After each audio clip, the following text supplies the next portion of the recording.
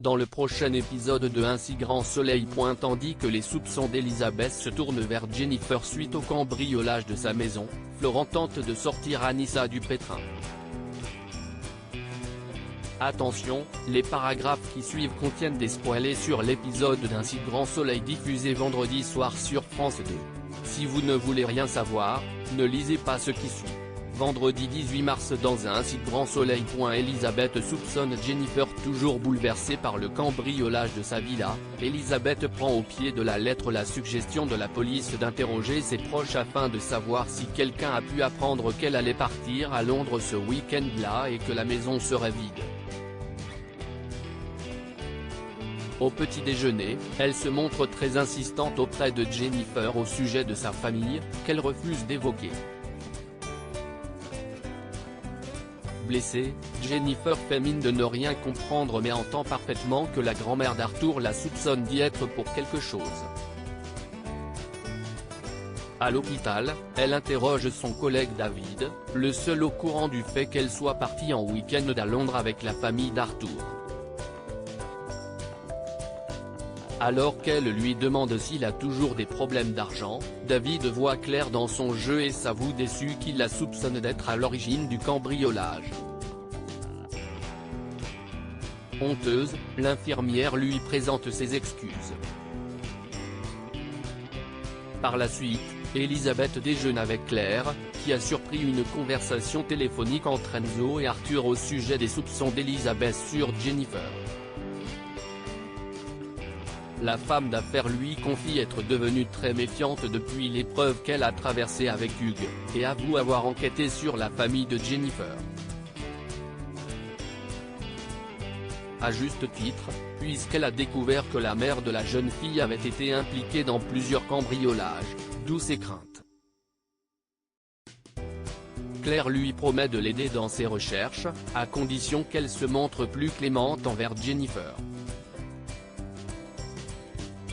De retour au poste avec Alain pour faire le point sur l'enquête, Elizabeth ne leur fait cependant pas part de ses soupçons envers la mère de Jennifer. Son compagnon lui déclare être fier d'elle et de ses efforts pour ne pas accabler la petite amie de leur fils.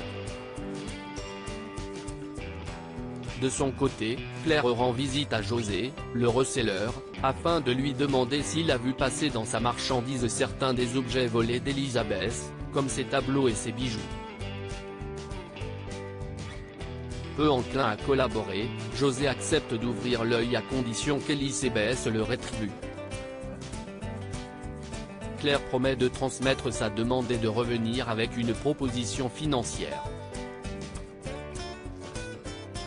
Florent prend la défense d'Anissa interrogée par Yann au commissariat. Anissa confirme être la dernière personne à avoir vu Léo vivant, et que tous deux se sont violemment disputés alors qu'elle venait de rompre avec lui.